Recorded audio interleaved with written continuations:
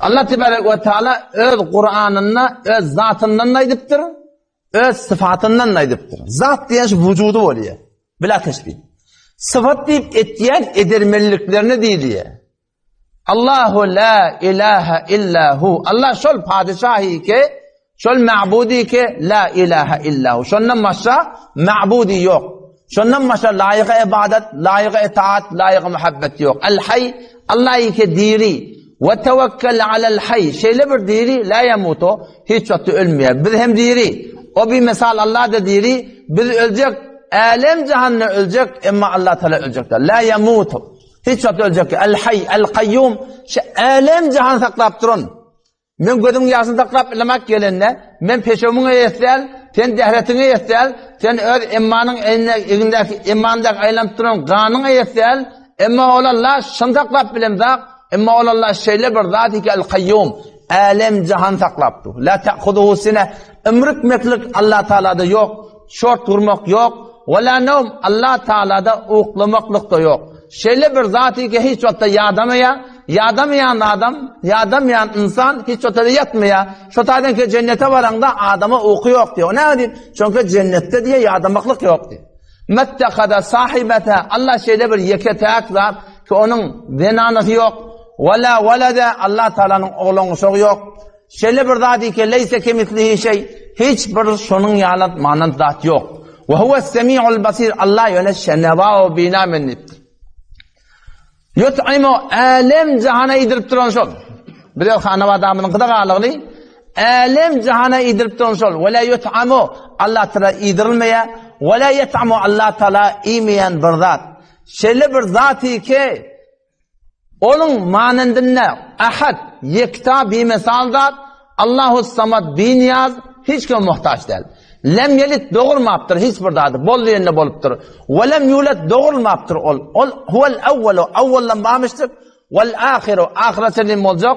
Ve zahiru. Hemme görünüp duran kudret. Şon kudreti. Vel batin yani öz zatı görünen. Öz zatı. Allah Teala ne yaparım zatka? Ve lem yekun lehu kufu. Allah Teala menin manandım yok diptir. Menin mislim yok diptir. La vezire lehu. Şeyle bir Allah'ı ki onun veziri yok. وَلَا شَرِيكَ لَهُ şeyle bir Allah'ı ki onun şeriki yok. وَلَا نِدَّ لَهُ şeyle bir zati ki onun mukabilinde hiç kim yok.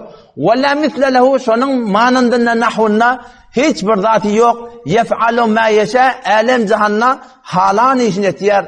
Hiç kimi zulmeden akıyonu. يَحَبُ لِمَنْ يَشَاءُ اِنَاثَ halan benihine gıyır veriyor. وَيَحَبُ لِمَنْ يَشَاءُ الذُّكُورِ halanına oğul veriyor.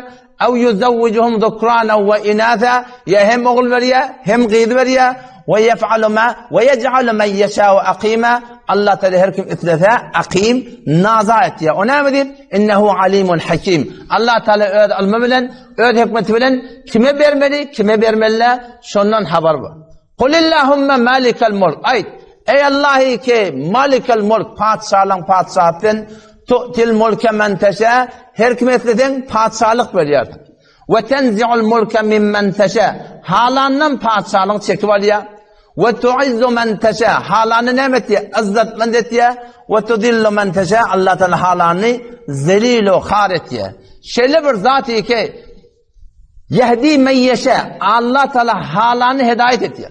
O tarzda nemet etmeli Allah'ın halanı olacak olmalı. Ve yudillu men yeşâ Allah Teala halanı gumrah ediyor. Her kim bol versin söymese şol Huday Teala gumrah ediyor. Zalike fadlullah yu'tihi men yeşâ halanı veriyor. Allah Teala halanı veriyor. Her kimin ki istese rızkı ruzisini yapsutur rızka limen yeşâ. Her kime istese günahın sonunu gün küçük veriyor. İşlemeden ne arol? Defeden çözülmeli. Defeden çözülenden sonra etekten iş doğrulanıyor. Etekten iş eve gidiyor. Ve yakdiru limen yeşâ. Allah Teala her kim ki istese daran diren atar diye. Şol Allah'ı ki halık, şu zatı ki akıllan, fikirden, vehimden goyanda öz hakkını aydıptır. Ve la yuhitûne bihi ilme. Men Allah'ın ne forumluğunu, ne acılığını bilmersiniz deyiptir. Ve la yuhitûne bi şey'in min ilmihi illa bima şâ. Allah'ın ödükü dursun, Allah'ın ilminden de bir zat bilmeli olsa, şol Allah irade etmese hiç kim bilpilecek zat yok.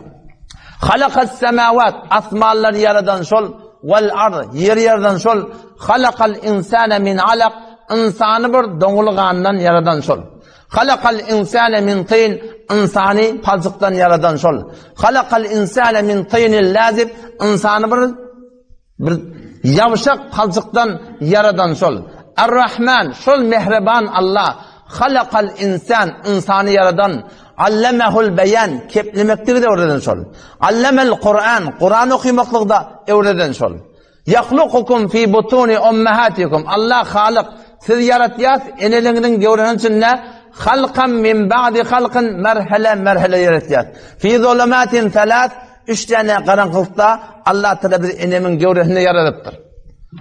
İnne fi halqis semawati vel ard asmanlar yeri yaradan şol vaktilafil leyli ven nehar gece gündüzün gidip gelmeklerini yaradan şol vel fulkilleti tecri fil bahri bima yenfa'un nas deryadaki taymınlar ki adamlara peyda veriyor onu da yaradan şol ve ma enzelallahu mines semai mimma defeden yağın yağdıryanla şol fe ahya bihil arda ba'de mevtiha yer ölünden sonra bağlar ölünden sonra çayırlar ölünden sonra diriltiyanla şol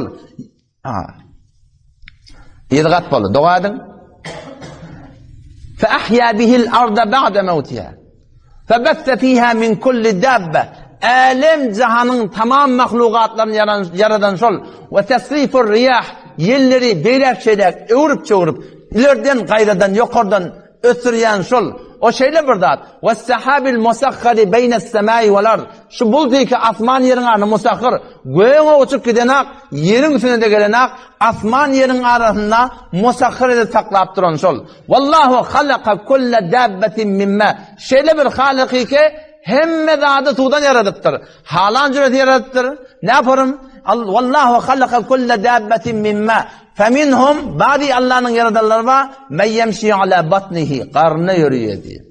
Ne demek yalak? İlanın kıyalak. Feminhum men yemşi ala batnihi. Karnına yürüyor.